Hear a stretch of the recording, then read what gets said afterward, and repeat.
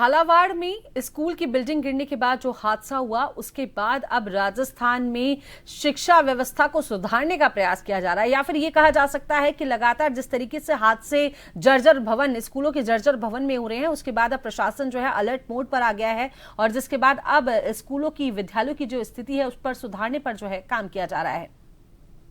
स्कूलों का निरीक्षण किया जाए कि आखिरकार स्कूलें किस तरह की हैं। जयपुर शहर की एक स्कूल में हम पहुंचे हैं।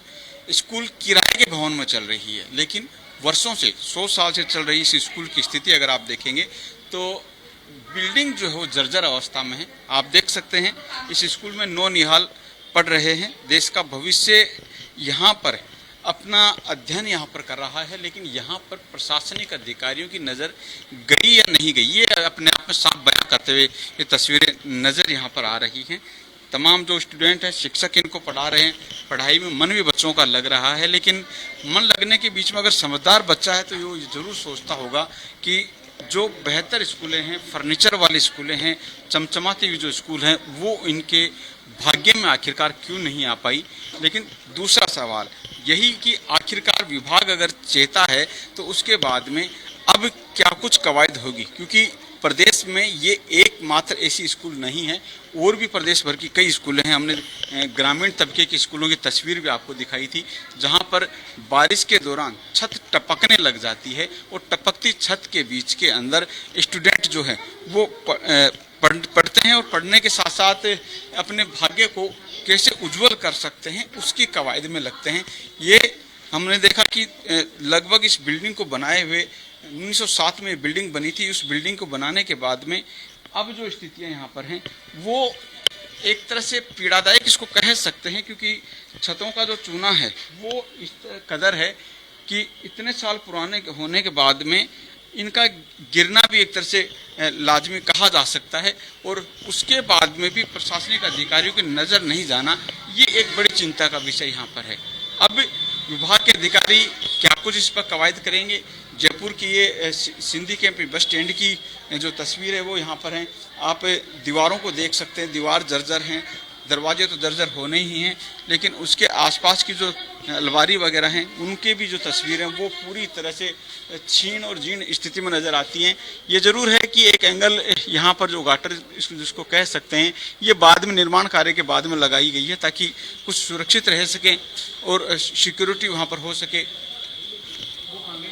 और उसके बाद में भी व्यवस्थाएं नज़र में नहीं आ रही हैं अधिकारियों की। हालांकि ये जो बिल्डिंग है 1907 में बनी थी, ये स्कूल जो है वो राजकीय सिंधी बालिका उच्च माध्यमिक विद्यालय है, जो कि स्टेशन रोड पर सिंधी कैंप बस स्टैंड के जस्ट सामने, यानी मेन सिटी मेन राजधानी के बीच में सड़क है।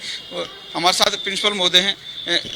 स्कूल काफ़ी समय से चल रहा है, लेकिन बिल्डिंग बड़ी जर्जर नज़र आ रही है। हाँ सर, ये बात सही है कि स्कूल है ना लगभग 70 साल से संचालित है, और इस बिल्डिंग के अंदर कुल 6 कमरे हैं, जिनमें से 5 जो कमरे हैं उनके ऊपर की फर्श और ऊपर की जो छत है वो भी सुरक्षित है, जहाँ पर कक्षाएं संचालित की जा रही हैं। और एक कमरा ऐसा है कि जिसकी पटिया दिखाई दे रही है, वहाँ पर चूना गिर गया है, तो उस कमरे को पूर्णतः लॉक लगाया हुआ है। शिकायत नहीं की क्या? क्योंकि मैंने एक कमरा नहीं 2-3 कमरे में भी आपको दिखा सकता हूँ, चूना जड़ा हुआ है, दीवारें जैसे देख के लग रहा है कि यहाँ पर कभी रिपेयरिंग का काम भी नहीं हुआ। विभागीय अधिकारियों को संज्ञान में कभी आया ये बात? सर, इस बारे में विभागीय अधिकारियों को आज से 2 वर्ष पूर्व भी एक जांच कमेटी के माध्यम से विद्यालय की जांच करवाई गई है, विद्यालय की बिल्डिंग की जांच की गई है, विस्तृत रिपोर्ट विभाग को प्रेषित की जा चुकी है। और कल जैसे सीडीओ महोदय के द्वारा जो एक आदेश जारी हुआ, सीडीओ महोदय के आदेश की अनुपालना में भी हमने तुरंत है ना एक पत्र लिखा है श्रीमान जी को कि विद्यालय की वर्तमान में ये स्थिति है।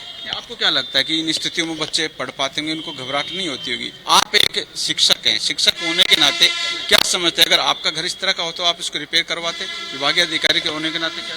हाँ सर, इस विद्यालय को मैं जरूर रिपेयर करवाता।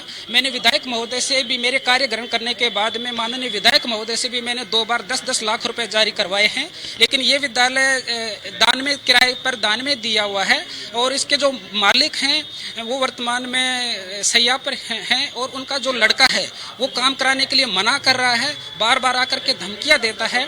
इस कारण वो वापस पैसा चला गया है। और मैं मेरे शिक्षा विभाग के सभी अधिकारी भी चाहते हैं कि बच्चों के गुणवत्तापूर्ण शिक्षा मिले, एक सुरक्षित वातावरण के अंदर शिक्षा मिले। हम सब लोग उसी दिशा के अंदर काम कर रहे हैं और विभाग को आज भी मैंने एक लेटर लिखा है कि विद्यालय को मेजर रिपेयरिंग की आवश्यकता है और मैंने 12 लाख रुपए का प्रपोजल भी दिया है। लेकिन बिल्कुल यहाँ के जो शिक्षक हैं या प्राचार्य की बात की जाए, वो समझते हैं कि बिल्डिंग जर्जर है और अधिकारियों के संज्ञान में भी यहाँ पर लाया गया। लेकिन सबसे बड़ी प्रॉब्लम जो यहाँ पर आ रही है वो किराए को दान में या कि एक तरह से किराए के भवन में चल रहा है। तो मालिक का हक होने के चलते भी यहाँ पर विधायक कोष और दूसरे कोष से काम नहीं हो पा रहा।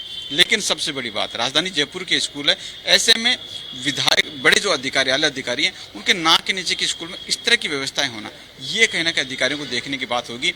रास्ता क्या निकल सकता है, क्योंकि इस तरह की बिल्डिंग के अंदर जो झालावाड़ में हादसा हो चुका है उसके बाद में अधिकारियों को सचेत होना पड़ेगा और दूसरी लापरवाही के चलते ऐसी कोई घटना नहीं घटे उसको लेकर भी अधिकारियों को सचेत होना होगा।